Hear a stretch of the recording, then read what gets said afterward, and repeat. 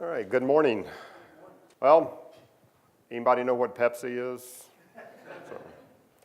First of all, I want to ask, how many people in here are from operations, work in operations?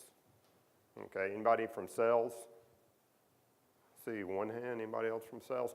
Okay, what I want to try to cover today is how in today's lifestyle of product manufacturing and sales and so forth, it's no longer I work in operations and you work in sales. It's finding out in the success of our company that operations become sales, basically, in order to be successful. So I hope from the end of this, you'll understand more what I'm talking about. Because what I want to try to accomplish today is I'm going to tell you who we are.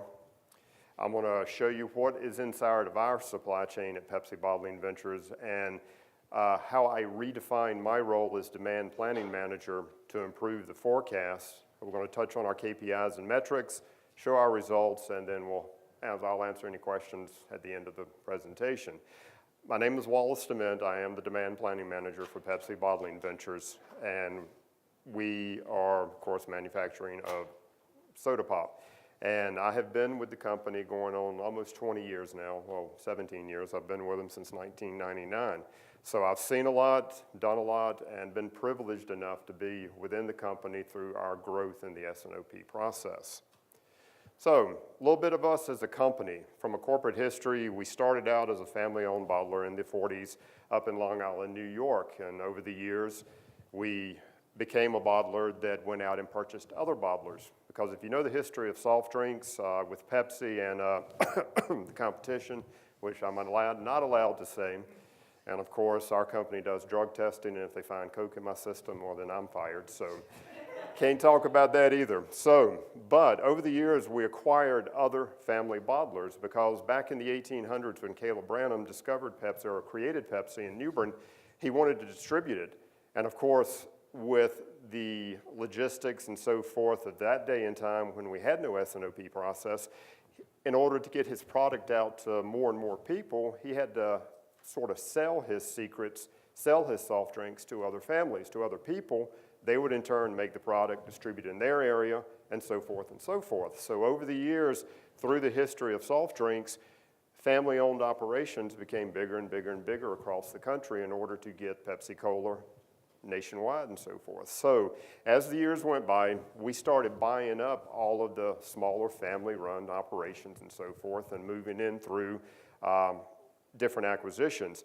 And then in 1999, Suntory, which is a Japanese firm, and PepsiCo struck up a partnership and made Pepsi Bottling Ventures because the company I work for, Pepsi Bottling Ventures, is actually majority owned by Suntory Limited, which is one of the largest beverage manufacturers in Japan, and they're our primary owner. But around 2000, when I started with Pepsi, we implemented S&OP processes and started building on our infrastructure, of course, going with SAP, and building a demand planning platform. We do not use SAP for demand planning and logistics, but we do use SAP as our business foundation block for all of our financial stuff and for all of our other aspects of the company. But continuing over the years, we continued to buy up properties and so forth across the country. Then in 2013, some of you might remember from the news when overnight PepsiCo, which is the parent company of Pepsi, decided to go out and purchase the two largest bottlers of Pepsi Cola in the country, and that was Pepsi Americas and Pepsi Bottling Group, thus buying back their right to make soft drinks, because in the past PepsiCo was just PepsiCo. They told bottlers what to make. They didn't actually have say-so in the actual production of their product. Well, they felt over the years that they were losing more and more control in how they go to market, how different parts of the country promoted their product and so forth, and they wanted it back. So, of course, they go out and buy the two largest bottlers. Well, Pepsi Bottling Ventures was number 3, and we didn't become part of the acquisition of PepsiCo. So that moved us into the number 1 spot of being the largest franchise bottler in the country. Well, during that process, we got to thinking about it and said, okay, how can we better our base, our customer base for our customers and become a better bottler in the Pepsi family? So we sold our New York territory, and we also traded our Idaho and Vermont territories for Charlotte, North Carolina, giving us one of the larger, more concise footprints in North Carolina where we're based out of. And because of that, we made numerous route changes within our North Carolina territory and reintroduced ourselves in the area for Pepsi bottling ventures. So because of all of this stuff that's of today, we're now the largest privately held bottler in North America. Our ownership, of course, is about 65% Suntory Limited out of Japan, and about 35% is PepsiCo. We're headquartered in Raleigh, North Carolina. We have 21 manufacturing and distribution facilities that cover North Carolina, Maryland, Delaware, Virginia, and South Carolina. We employ about 2,500 people and serving over 9 million consumers within the area. And out of all of this and the size of our company and so forth, the number of supply chain forecasters, 1, and you're looking at them. Yes, I am the demand planning manager for Pepsi Bottling Ventures. I'm responsible for making sure the consumers have product on the shelf. And it's the time we finish this, I hope you understand more about how I survive it and how I don't end up in an insane asylum and so forth. And that's where we get to the point of what my presentation is today. I call it the S&OP-Building a Better Bridge. Reason I ask how many people are in operations and how many people are in sales is because over the years, and especially coming up in this industry and stuff since 1999, it was always operations did their thing, sales did their thing. Sales told us what to make, and we just made it, no questions asked, no pushback, no anything like that. And that's where all the trouble started. So when I took the position of demand planning manager in 2008, our S&OP process had been implemented for about 2.5 years. And first thing the executive team sat me down and said was, make it better. Design it, make it better. We want to see something quickly. So I'm sitting here going, okay, I'm in operations. I've always been in operations. I do what sales tells me to do. I produce the product to make sure they don't run out. Well, how can I make that better? Well, what does sales actually do? How do they do it? So forth like that. I started asking the questions. And that's where I implemented what I'm going to be speaking on today. And so hopefully by the end of this presentation, we will learn how to break down the silos, establish and keep effective communication within your organization, establishing KPIs and metrics and the importance behind them. I'm sorry, I mean, a lot of people go, oh my God, having to track something or keep metrics and so forth. I live by them. I mean, this is my drug of choice is KPIs and metrics because to me, it is the only way to produce results. And then using the results to better your forecast accuracy because we're doing the simple math, better forecast accuracy, of course, makes everything else better and it makes it so I can sleep at night. So within our supply chain, we have a 9-member team centrally located at the corporate office. Our responsibilities include, of course, production planning, full good and raw material forecasting, deployment of product, raw materials, procurement and ordering, non-produced product ordering, contract sales, capacity planning, and so forth. We cover the whole gamut of the supply chain part of the operation.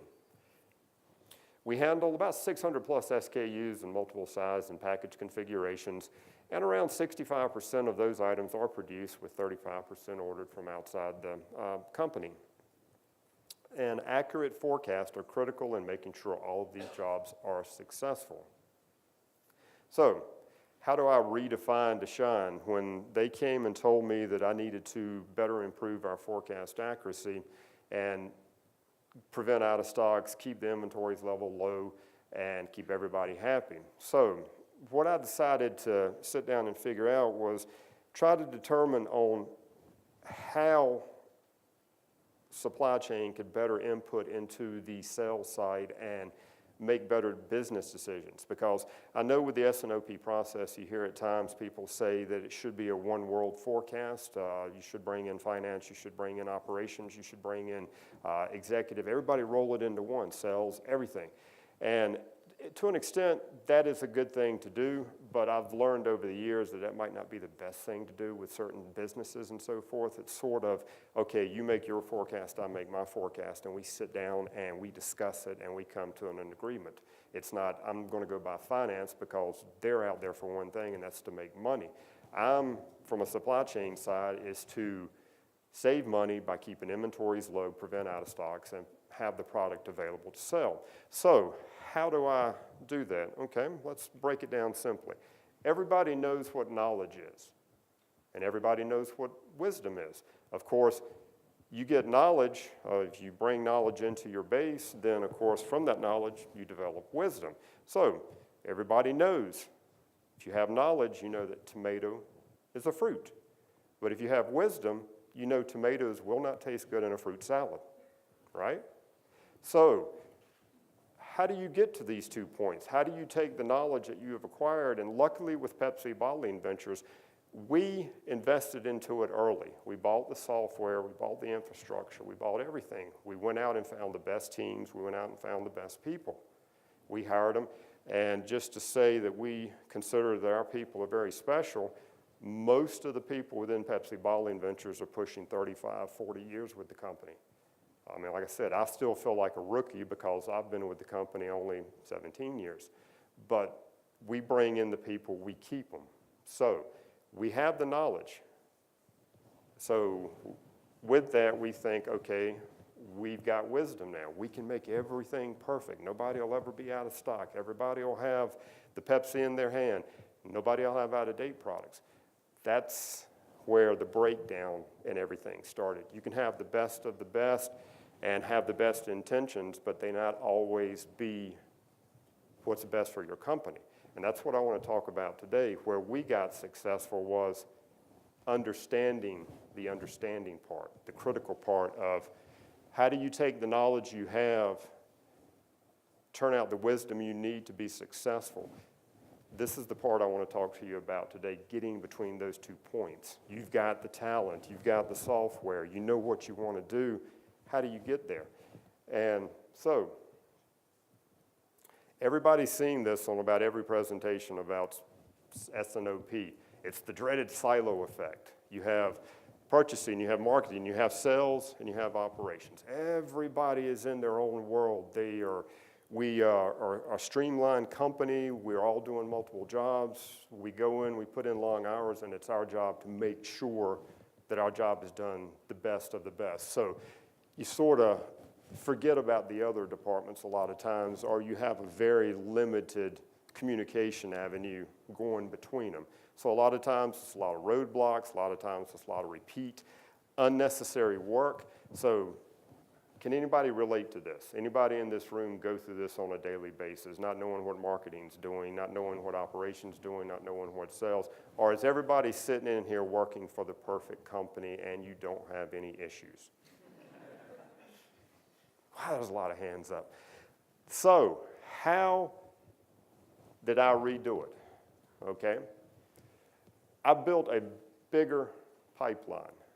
I went to the executive team, sat down with the CEO of the company, director of finance and stuff, and said, I'm the demand planning manager for operations, but I need to be in purchasing, I need to be in marketing, I need to be in sales, I need to be everywhere. I need to be the liaison between all of these departments. I need to be involved with them, I need to work with them, I need to be a part of them. I don't need to be sitting in my office looking at data every day just on the operations side, just trying to tell the production facility what to do. So in operations, this is what I do. I'm responsible for forecasting all products that we produce and purchase, which a demand planning manager in operations, that's what we do. I handle about 13 weeks worth of forecast data. We look out about 13 weeks. That's as far as we go unless we're doing capacity planning for the year models and so forth. But most of the time from a production standpoint, we work on a 4 to 6 week volume base because we're just in time logistics. And if you heard Jeff in the previous presentation, it is product that has short shelf life, so to speak. I mean, we average around 8 weeks on our diets, 13 to 8 to 13 weeks on our diets, and maybe 26 weeks in certain packages on our regular flavors. So, of course, you don't have longevity out there to produce tons of product. We also, in operations, I help production planners make informed decisions for their facilities, and I create And because of all of this, we have a greater than 99% in-stock order fulfillment over the past 3 years, which basically means we've been out of stock less than 1% of the time, over 600 plus SKUs over the past 3 years. And first thing everybody thinks about is, God, you must have huge warehouses and just hold tons of product. No, we have very small warehouses. Out of this 21 distribution facilities, you got to remember, we were a company that purchased small bottlers across the country and so forth. And some of these bottlers have been around since, some of them 100 years or more. So very small, out-of-date warehouses where it cannot hold a lot of volume and stuff. So we had to come up with a process to make sure that our forecast accuracies were excellent in order to keep volume low and out of stocks at a very bare minimum. So how did I do that? Well, in the purchasing department, I started analyzing sales data for raw material ordering and so forth. My boss came to me and said, I want you, I know you're working with sales numbers, I know you're working with full good products, but you know the sales history of this company. You know what sales do, so I want you to take over in monitoring the procurement of raw materials for us. I said, okay, so I designed these reports that I send to one of our team members that handles ordering all of our raw material forecasts for all of our raw material suppliers. We have to forecast our PET for plastic. We have to forecast our labels for the bottles. There's a lot of different things. I mean, the caps you see on top of the bottles, all those different colored caps you see, they have to be forecasted. So we developed a tool within our system or within our department to help streamline that. More hands-on attention to low volume, high cost items. Jeff touched on this earlier in his presentation as well. We do have items that we choose to run out of stock on before we choose to put a lot of inventory on the floor. And one of the issues that we run into is not necessarily on holding safety stock to a point of how much do you hold. We have some low volume items that a minimum run in units, a minimum run requirement is way more than we need to be in our safety zone, not to run the risk of out-of-date product. So that is our safety stock. A minimum run of certain SKUs, we know 99% of the time before we run out, we're going to see out-of-date product before it gets there. So that's where you have to, that's why we started doing a by SKU basis analysis on going, okay, do we really need to carry safety stock on that? Which the answer is no, because we know we'll always produce enough based on current demand. But it's not a low volume item that we want to get rid of. So we choose that, I mean, we choose to rather have a little bit of out-of-date product that goes down the drain than run the risk of taking the flavor completely out of the market. More involvement with decision making for upcoming promotions. So operation is now sitting down at the table more and more on the upcoming promotions that you see out there. I mean, I think USA Today just broke the story this morning about our summertime promotion that is coming out in a few weeks. And so we, from an operations side, are now sitting down with the decision makers saying, hey, look, yeah, it's a great, it's awesome what we're promoting and so forth, but here's the cost of what it's going to cost from an operations side. This is what it's going to cost in changeover times to put the special labels on. This is, I mean, things like that. We're opening up lines of communication more and more with them. Also, longer range data collection for decision making. We were, like I said, a just-in-time production facility that produced based on a couple of weeks. We're now looking out 12 to 13 weeks on our production schedule. Some of our production lines are getting so complex now with all the SKUs that we're producing that some of the production planners are putting together schedules that run 6 to 8 weeks out, and that's basically just trying to squeeze everything in. So we move over to marketing. So now I'm more involved in the new product forecasting. I know we had some questions earlier about how do you handle new product forecasting. In the old days, it was basically in the operations side. I would actually, I remember when I first moved into the demand planning role, I was handling new product forecasting, but that was one of the things on my tick list that I went back to the executive team and my boss about saying, why am I doing it? I'm in operations. I don't know where they're selling it into. I don't know which stores or chains are going to be carrying it when we release it and launch it and so forth. So it went back to marketing. Our new product forecasting is now done by marketing. They are the ones that sit down with sales. They're the ones that sit down and say, here are the incentives that are going to be coming out to promote the product. This is where it's going. These are the chains that are going to be carrying it. And they give us the new product forecast now 3 periods out. And then I sit down, look at the numbers, and say, okay, me and my team look at them and we say, okay, yeah, this looks good. Or, well, last time we launched a product like this, they way oversold. Should we increase it a little bit? So once again, we're bringing more and more people into the operation side that previously were not involved with it. And I'm stepping into more and more roles outside of operations. So you're starting to see the coalition starting to form here on some of our success stories. Also, I mean, I am a direct link to marketing incentives now, so I know way beforehand on new products coming out what kind of incentives they're going to be offering to our people in the field. Okay, if you sell, we'll give you $0.25 a case on every extra case you sell, or we'll give you $1 a case on this new product if you sell X amount, if you hit your goal, and so forth. Beforehand, we did not know that. I mean, it was weird. Operations was like, okay, we just ran out of product. We just produced 4 weeks worth of inventory and we ran out in 12 days. What happened? Oh, they decided to put an incentive on last minute. Now they come to me and say, oh, we're planning on putting an incentive on at the last minute. Just wanted to give you a heads up. So open line of communication once again.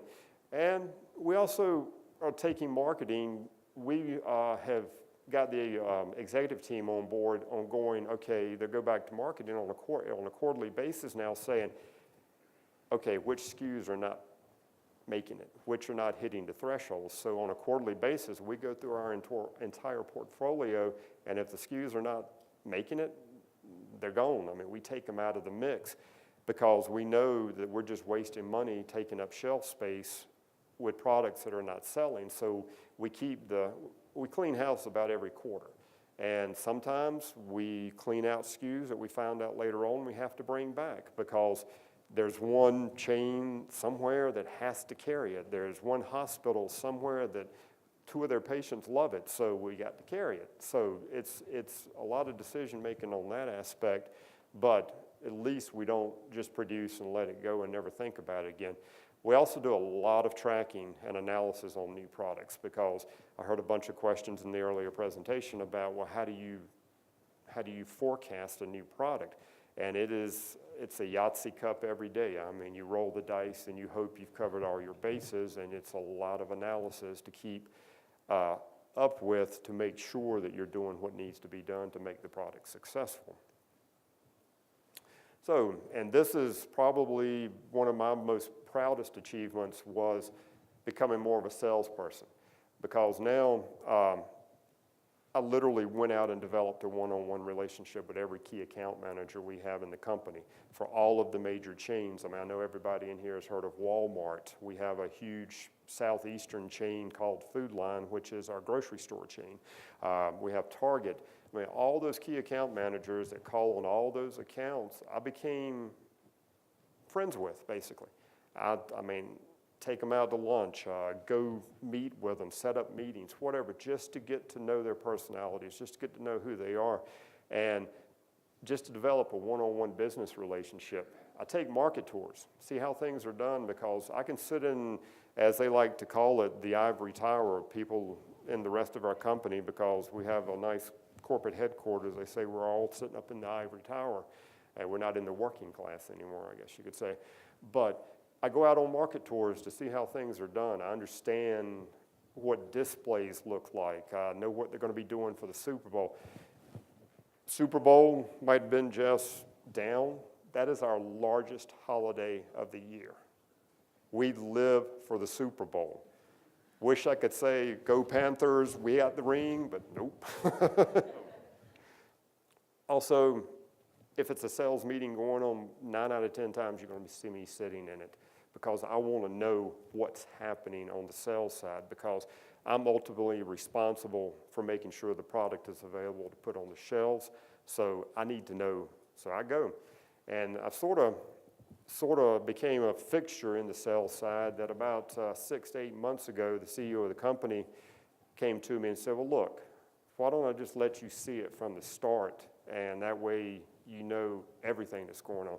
So I'm proud to say I am now part of the executive level quarterly account review, which this is when all the directors of all of our chains, like grocery director, mass and supercenter, drug and convenience store, and dollar channel, all those guys come to the corporate headquarters. They sit in the executive boardroom, and they basically sit there and tell the CEO, the CFO, and all the top level guys, this is how we're going to make you money next quarter.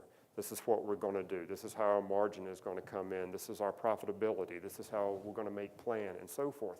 And that used to be a top secret meeting. Nobody knew about it. I now sit in it, and I'm like sitting there going, wow. So I'm getting all this information now.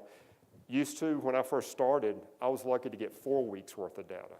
I'm now up to getting a whole quarter's worth of data. So talking about making my life a whole lot easier, I now have a expanded window of opportunity to look out 12 weeks, and I know what kind of ads are coming down the pike. I know who's going to be hot. I know who's not going to be. I know what package is going to be, like really needed over the next 12 weeks. So it was just amazing the avenues that were opened up. So expanded from 4-week sales activity to 12 weeks. And that stuff used to be so secretive. Ask a salesperson, hey, what is this account going to do over the next 4 weeks? Well, I can't tell you that.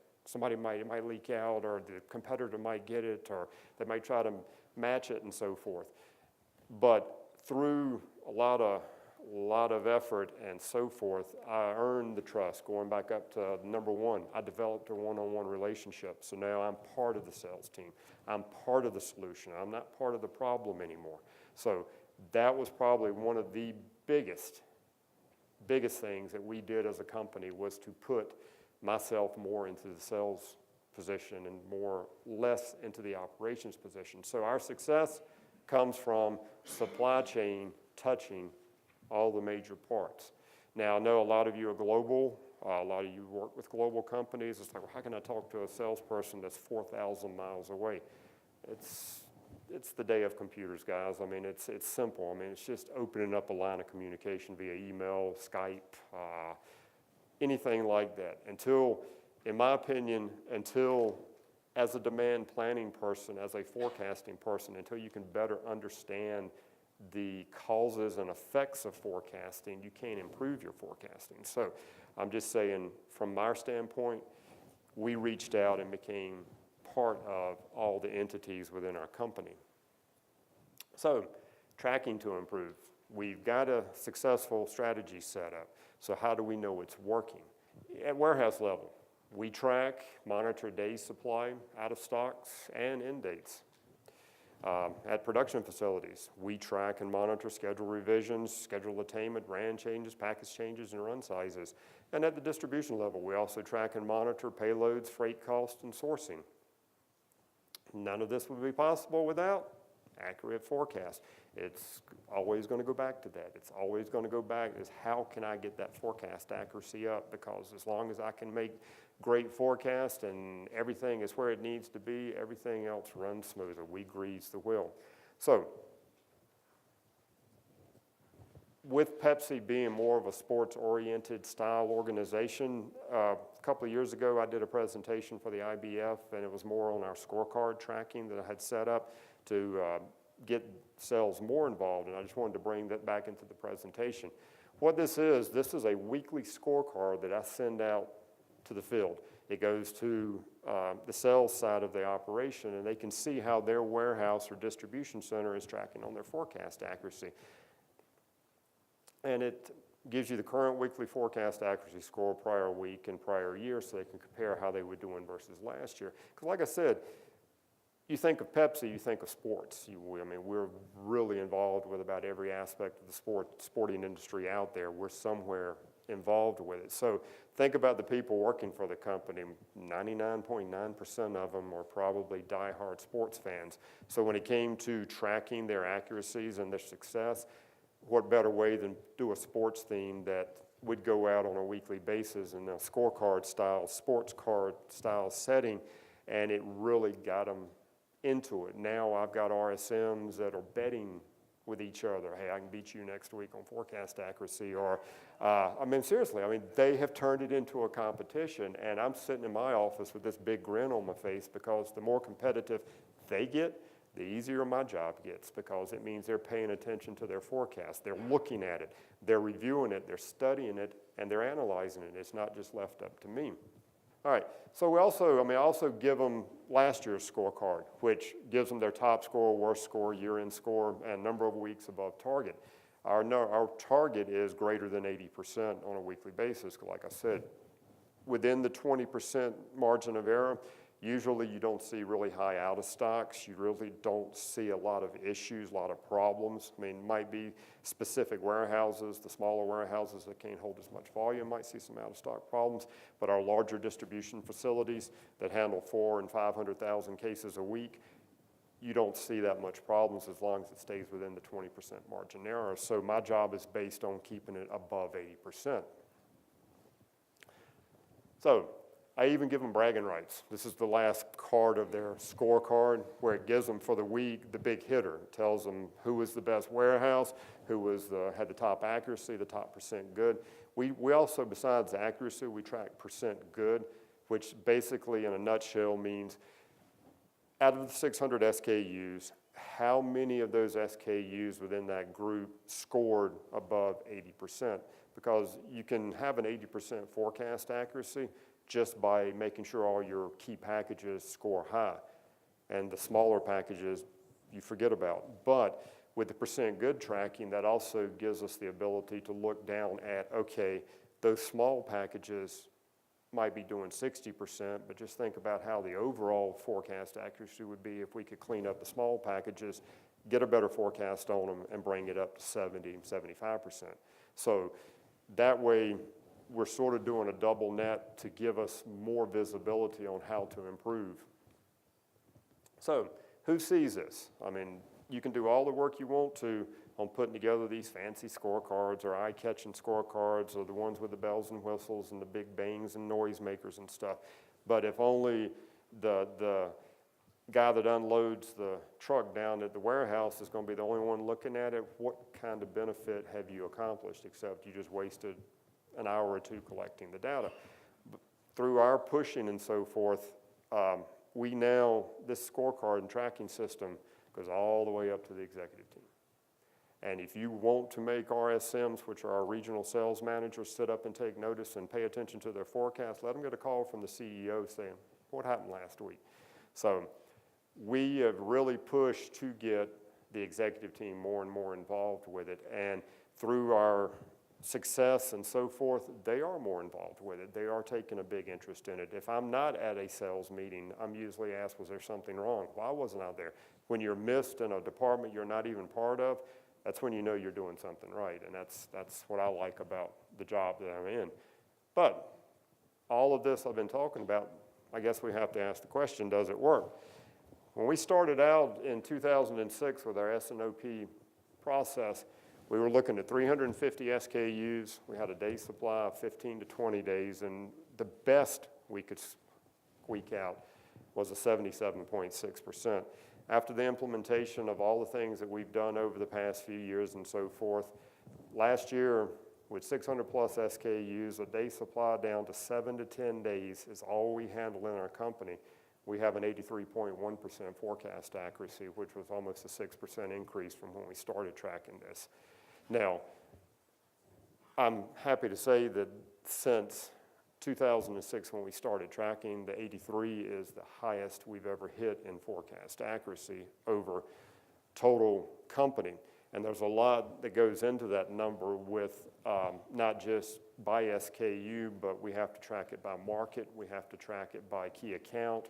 All those things roll together, so there's tons of things, different percentages that all roll up into getting that. So that was not an easy achievement, but we got it there. So looking ahead, we also know from Pepsi Bottling Ventures that things change constantly, and we're constantly looking at changes, because if you read the news, if you look at everything in the news and so forth about the the food and beverage industry. I mean, every food and beverage industry seems to be talked about or looked at. Okay, are you doing anything to better somebody's health? Are you doing anything to give us variety? The consumer is getting more and more, not just, well, give me a Pepsi. I want something different. I want something unique. So how does it make our job hard? Well, it does, because now more and more consumers are going for those oddball flavors, those earth flavors, those new and improved flavors, those exotic flavors, which if I had to do nothing but sit around and forecast Pepsi all day, my job would be so easy. I mean, it would be so much easier. But now I've got these hydration fluids, I've got these flavored waters, I've got all of these things, flavored coffees that have to be forecasted, and each one of them are smaller and smaller volume. So it gets harder and harder to keep an accurate forecast. So Pepsi Bottling Ventures, through our work, through everybody's work in the trenches, so to speak, from sales to marketing to purchasing, all of those people played a role in proving to our executive team we need to stay up with the times. So even though we have what we consider the best soft drink forecasting tool, the best teams, the best people, they realized we needed to be able to do more. So I'm happy to say we start this year completely redoing our supply chain operations. We're bringing in new platforms, we're bringing in new tools.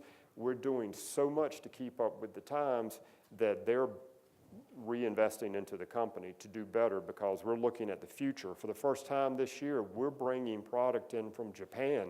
So now I'm dealing globally for the first time in my life. We're bringing in product from our Suntory owner to sell at Pepsi Bottling Ventures. We just launched it a few weeks ago. So that adds another complexity of this stuff has to come over on a ship. It's got to go through customs, all this stuff. So we know we have to stay up with the times. So that's where we stand. We're constantly putting back in to be successful. If you work for a company that you have to deal with spreadsheets every day, it's just starting your S&OP process, this is your first time at the IBF, that's great. I mean, that's a start. Don't think that you can just walk in and demand all this stuff. It's going to take effort, but from a demand planning aspect, I'm telling you, the old-fashioned form of communication, that's going to be your first start. That's going to be your best bet. I mean, take baby steps. If it's just picking one salesperson, if you work in operations and getting to know their style of doing something, that's an improvement. The more you learn, the better you improve. So that's where you need to go.